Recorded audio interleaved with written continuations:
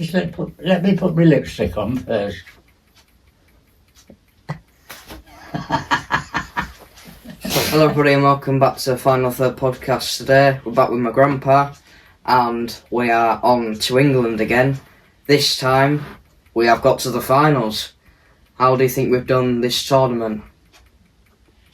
Good? Bad? Alright? I didn't watch it yesterday, but they were quite disappointing at the start of the tournament, I thought. There was a lot of teams what went out of that tournament were very good teams, and you would have thought they'd have gone further. Where England, their earlier games, to me, they wasn't in the game a lot, yet they got the results. So maybe Southgate was doing something right. I don't know, but let's mention Southgate for a start. Well, Yeah. If you go back, say, 3 or 4 games, Everyone was criticising. everybody was saying how poor he was, how negative they were playing. They weren't bringing their subs on when they should have done. Then all of a sudden they get to the semi-finals, and he's the man at the moment. Everybody's now saying, it just goes to show how fickle people are. Yeah. We know everybody likes to win, nobody likes to lose, No. but you don't change the opinion of a person overnight like that. No. The games were poor, that's all I thought they were anyway. Yeah. And I don't want to say too much anyway. Go on then, Will. Yeah, final. Obviously, people have been criticising Southgate, and now into the semis, people are really liking him now. So I think people are just in the wrong. I think you should support your team, get behind your manager. Whenever you're losing or winning or drawing, it doesn't really matter. But back-to-back finals. Do you think we've deserved to be where we are now? I think they're a very lucky team. I think we are. They're very lucky to go as far as they have to the final. I never dreamt that they'd get this far. And when you see some of the earlier games, it's surprising how far they've gone. Of course, when he's introduced his substitutes, as all the fans were shouting for, why don't he use his substitutes? Why are you waiting 20 minutes before the end of the game? Why aren't they using them? Every other team in that tournament, they weren't behind him bringing their substitutes on, and they were playing well. Once the manager could see how they were playing, so he picked them out and put someone else on in their place. And of course, but there was a lot of teams in that was very unlucky not to go any further. Germany, they looked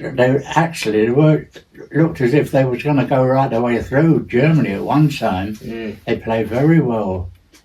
But Turkey was another team. You couldn't fault them. No. Well, Germany, I've actually predicted them to win it. Yeah. And then they came up against Spain and... I mean, France was a disappointment. I think they could have played a lot better in their games than they actually did. Yeah. But that's football, Will. Well, yeah. And Mbappe, obviously, people are saying he is the best player in the world, best young player in the world. But really, he's been really disappointed in that tournament, and I don't think he's deserved his chance in the team, I think. Well, as you're talking about players, Will, what surprised a lot of people is that there's people 16, 17-year-old playing like world beaters. Given the chance, they don't mean to say you've been playing a lot of years to say you're not good enough to be in a tournament like that, as it proved. Obviously, England in the final. One player that has stood out for you? Oh, Saka is a lad on the right wing. He's if you watch some of them games, there's always about at least 2 players marking him. Because you always know that he's going to Because crack it. he's the man what could cause the most trouble. Well, that's what my opinion. He has a good shot. He's very good on the ball. Yeah. He'll pass a ball instead of being greedy and he let it go.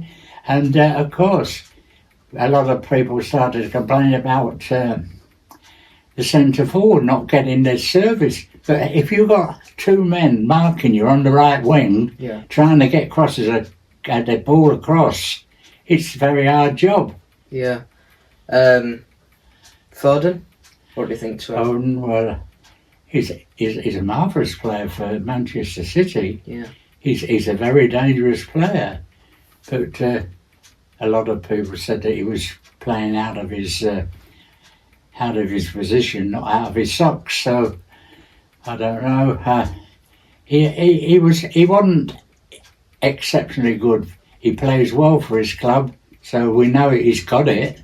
But Yeah. whether he gets it together in an international game like that he's been playing in, it's a different thing. Obviously, Sunday final against Spain. How do you think it'll turn out? Well, the games I've seen of what Spain's been involved is they are very good. Yeah. They haven't got a lot of faults. They're quick. Their passing is good, Yeah. and their shooting's not bad either. So, You don't want much more to be winning them kind of tournaments. yeah. I was surprised really when that semi-finals what England and Netherlands played.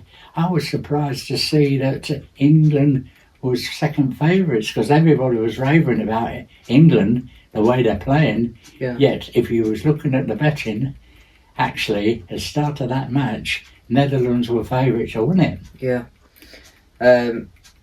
I don't know what to expect on Sunday. Either team could turn up, but when I've watched Spain, I think they've been incredible. They've got the best midfield in the tournament, and then we've also got to look out for Williams on the left for Spain, and obviously Yamal, who's turning 17 on Saturday. Brilliant player, and he scored a brilliant goal the other night, so I think Spain will be a big threat against us on Sunday, and I think they'll try, and we'll have a job to defend against them, I think, on Sunday. So, Well, I hope on Sunday, I hope we see England going forward well, yeah, not backwards. instead of backwards and across and what have you. I think we've been better with that from the last two games. I think we've done well with it. We have done. Yeah. Going forward, that's. I mean, they always said that attack is the best form of defence, which is right. If you've got the ball and you're going towards the opponent's goal, of course, it is the best form of defence. Who do you think? Which team do you think has shocked you most in the tournament? Turkey, Switzerland. Well, when it started, I didn't think Switzerland was much of a team, but they definitely proved me wrong. Yeah. They played some very good football, Switzerland. Yeah, I think the most underrated team, I think, in my opinion, was probably Belgium. I think Belgium, they weren't very good. I thought Belgium was quite poor, to tell you the truth. Well, they didn't have a sparkle at all about Belgium. Yet, going into the game, Yeah. into the Euros, they looked as if they could do well. So yeah, Sunday, Euros final, England versus Spain. Predictions? Predictions is, well, I'd have been wrong yesterday to start with. Yeah. And I think I would have been wrong again the match before that. So I'm on a hat trick. Yeah. So I probably will get me hat trick. And I'm going to say, on football, what we've seen, the teams what we've seen, I would put, well, I'm ashamed to say, I would say that Spain, through some of the performances they've had in these tournaments, Spain will shade them. But I hope they don't. No. I hope that all them people who's got behind England, travelled abroad, cost them money, never stopped shouting. Yeah. Brilliant they've been. Mm, And I think it'd be great for them kind of people, yeah. the supporters of England. Yeah. I hope they do bring it home. Yeah, I think it'll be 2-2. And I think we'll win on penalties. So you're sitting on the wall, are you? Yeah, I think we'll win on penalties. I think watching them on penalties other night, I think they were brilliant. Would you have said that before this tournament started with penalties? Because they had one of the worst penalty taking games ever, did England. They couldn't win Yeah. a shootout. I think if we on do, penalties. I think if we do go into a shootout on Sunday, I think we'll have a good chance. They've got some very good penalty killers. That Palmer is absolutely brilliant. Yeah. I think he's only missed one penalty for all the penalties he's taken for his club. Yeah. And What about Kane? well, I think his nuisance value is his record. Yeah. People think Mark Kane because he's a man, and I think that probably goes a lot against these teams that play England. Yeah. Everybody has a bad game, there's no doubt about it, and he's the kind of player who feeds on good passes. He runs into good places to score. Yeah. But the trouble is, he's a marked man. He's now playing in Europe, is he? Yes, he is. Yeah. And he's playing for a foreign team. Bayern Munich. That's right. Yeah. And of course, he's well known by all these other teams. So it's Mark Kane. Yeah. Hey, I think I've heard that name before, Mark Kane. I think he was at Ulster, wasn't he? Oh God. So yeah, there we are. Podcast with Grandpa before the final. So if we win, you're going to give me that 5 pence, yeah? Well, I've spent 2.5 pence of it, so it's only up to 2.5 pence now. Well, Okay. Anything you want to say before we click off? yes, I'm glad it's over. I can now watch my westerns on an evening instead of football on telly. Are you excited to actually watch it go and not wait for like another month of football? No football at all? You'd rather no football at all anymore? Oh no, I like football.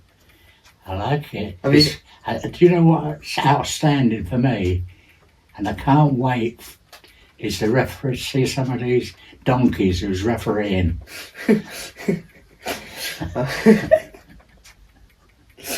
Right, thank you so much for watching the podcast with Grandpa. Thanks for being on. Okay, well, And hopefully we can bring it home on Sunday. I hope they do. Yeah, it's coming home. Come on, Thank lads. you. See you later.